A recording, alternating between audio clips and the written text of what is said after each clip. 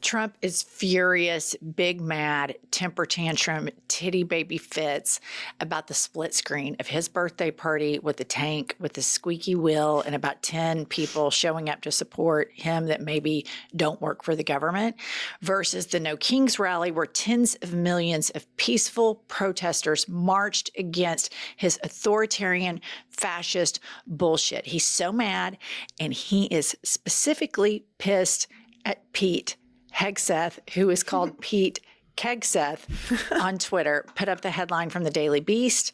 Trump reamed out Hegseth for flop birthday parade. So this is just fantastic. Let me read to you guys a couple of excerpts from this article. He's pissed off at the soldiers, Wolf said.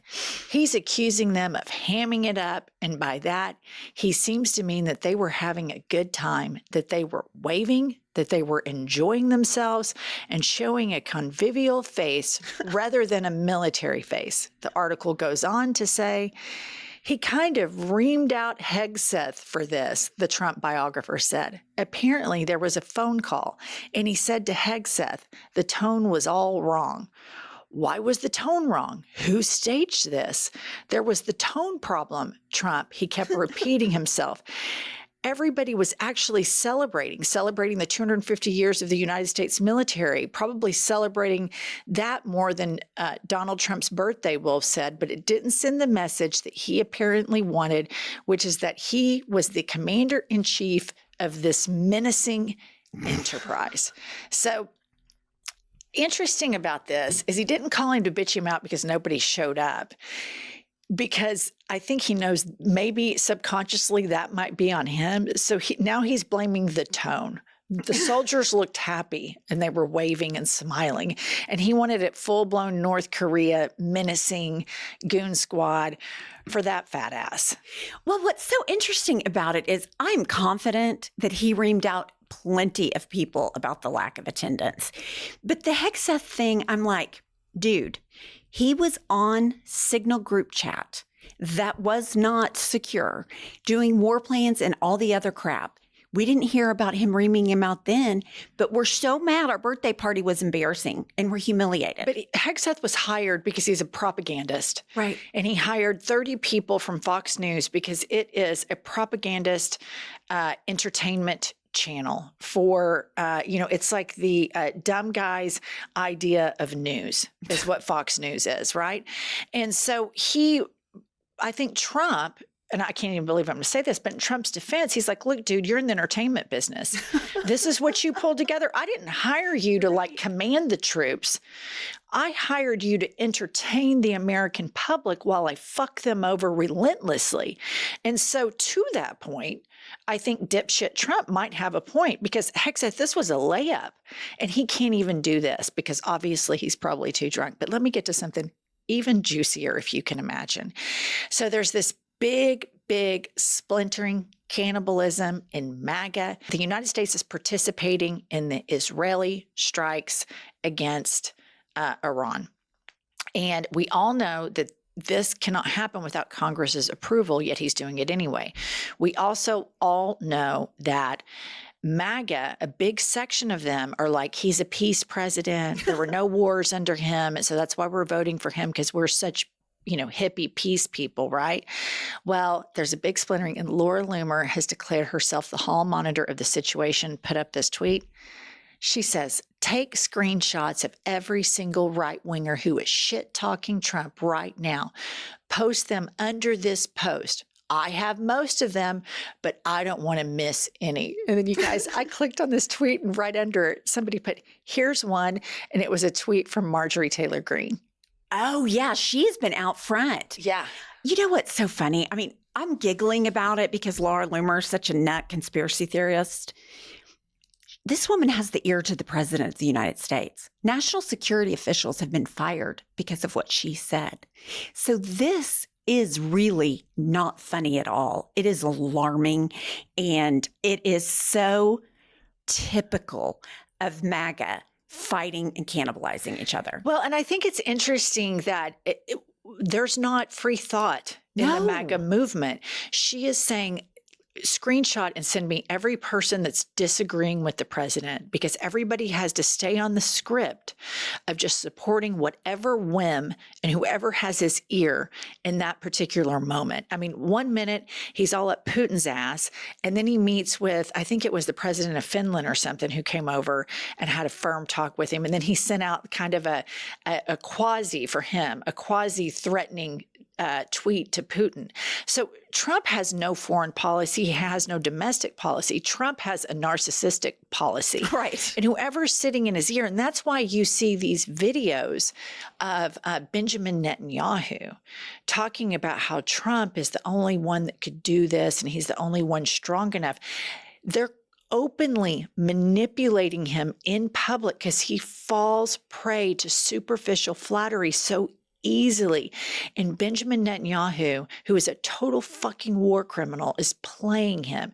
And some people in the MAGA movement do not want the United States going to wars based on propaganda, which is what Benjamin Netanyahu has spun out. This is age-old propaganda.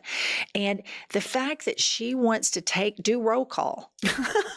She's doing roll call. Who's here and who's not, because this is not the party of free thought. You have to support the dear leader or die on that hill.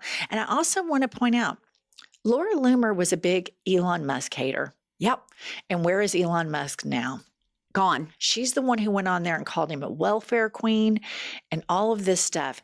And so you're right. I mean, I don't know what's going on with them. I don't know if it's slap and tickle or she just knows how to manipulate the shit out of the man, but she seems to go quite a ways with him.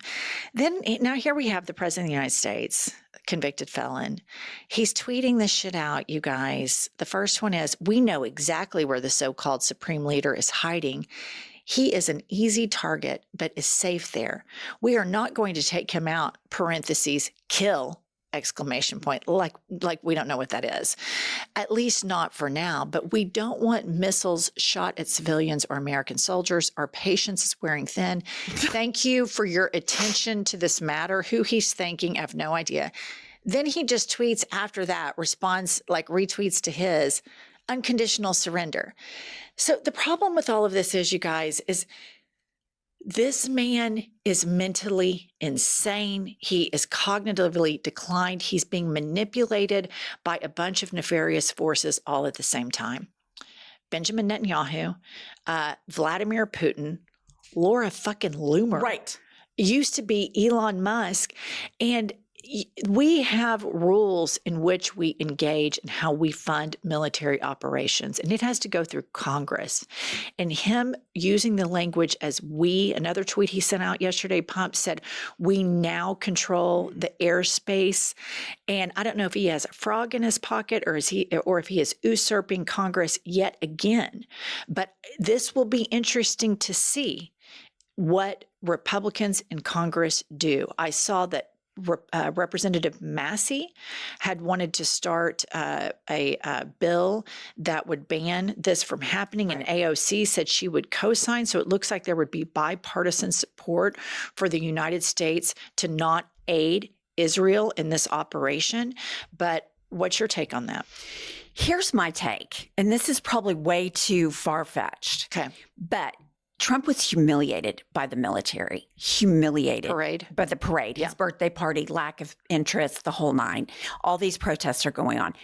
Netanyahu is looking to him saying, you've got the biggest, strongest military in the world. Nobody can do it but you. We need your help. Manipulating. And he's manipulating him because unconsciously, Trump was so wounded about how pathetic everything about the military looked.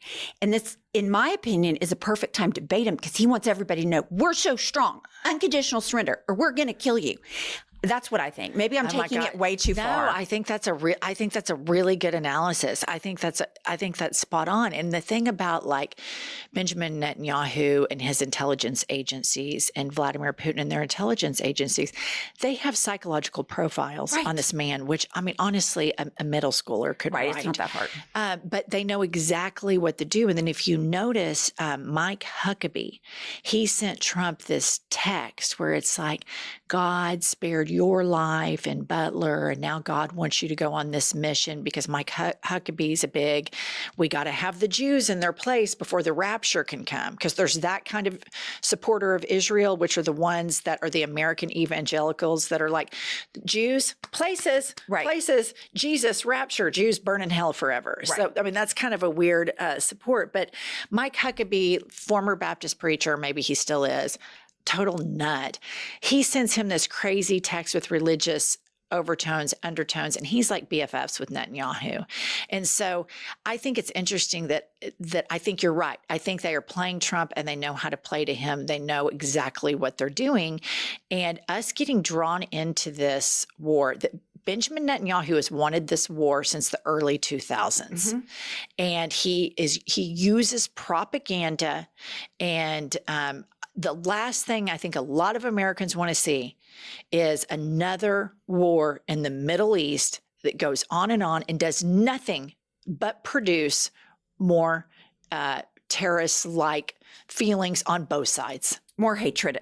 On both sides. Absolutely. I mean, it really does. It doesn't ever, I've never seen a war in the Middle East that seems to make anything better or assuage anything at all. It's just insane. But what do we know? We're just podcasters. But let's move along. Okay. This is something that Pumps and I have been studying. You know, every MAGA diehard, I'm talking like ride or die on Trump, every single one of these Republican senators and congressmen, there is video evidence of all of them prior to the bending over and taking it from Trump. There's moments of clarity these people have before the radicalization. And so you see this with congressmen, you see it with senators, but you see it in everyday Americans that you know, that they used to be not so fucked up. They used to not be so deranged and demented. In today's case, we're going to look at Senator Mike Lee. And here he is talking about Trump before he belittled a murder, an assassination that happened, just to show his diehard, diabolical, evil support for Trump. At one point, he at least had a tinge of decency. Watch this. Occurred to me on countless occasions today that if anyone spoke to my wife or my daughter or my mother or any of my 5 sisters the way Mr. Trump has spoken to women, I wouldn't hire that person. I wouldn't hire that person, wouldn't want to be associated with that person. And I certainly don't think I'd feel comfortable hiring that person to be the leader of the free world. So I just think these videos are really fascinating. Like if I'm the grandchild of Mike Lee, and then you start studying, just like we all have studied Nazi Germany. Like, how did this happen? What were these people like? Now there's video evidence of all of this. And you see this in, Marco Rubio, Lion Ted, him. You see it in the vice president, J.D. Vance.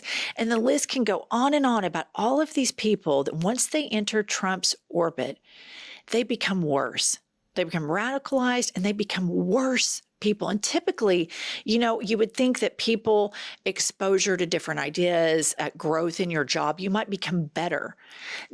Anybody that enters Trump's orbit becomes a shell and just a little miserable, tiny person of what they once were. Well, and they lose all morals and ethics that they ever had.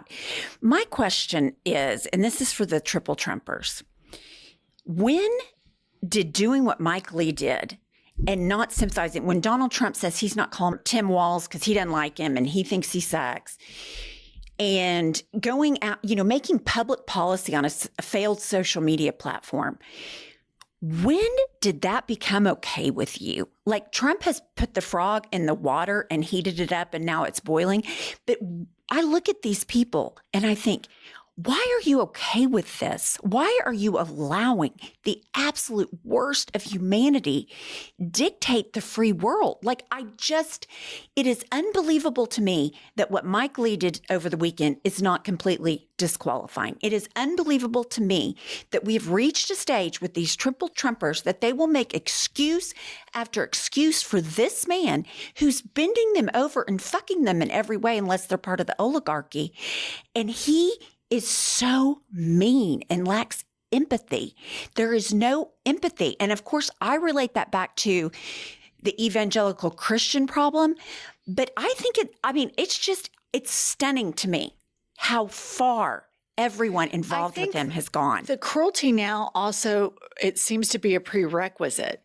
But when I think of the triple Trumpers that are remotely in my orbit, they're cruel as a default setting. They're racist. They're homophobic, they're white supremacist. They are nice to their kids and they're nice to their pets, but they are deeply, deeply flawed individuals, toxic, and it's all just been sitting there. And Trump just unlocked it, and now it's just out and about. And I guarantee you start asking these triple Trumpers, it depends on who the asker is, who is asking the question. They'll say something like this: I don't agree with some of the stuff he says and some of the language he uses, but boy, he sure says what everybody else feels. That's what they say. There's always this kind of reach around, but that racism, that white supremacy, that patriarchal, that cruelty is in them. It's in them, and he unlocks it and makes it more brazen. Maybe that's why Mark Zuckerberg felt neutered, because he couldn't be his true self. I mean, I don't know. It just seems to me that we have reached a point in the United States of America that our biggest problem is cruelty, hatred, meanness. I mean, above and beyond. It's stupidity. Can't count that out. Yeah. All right. That's all we have. We'll see you all later.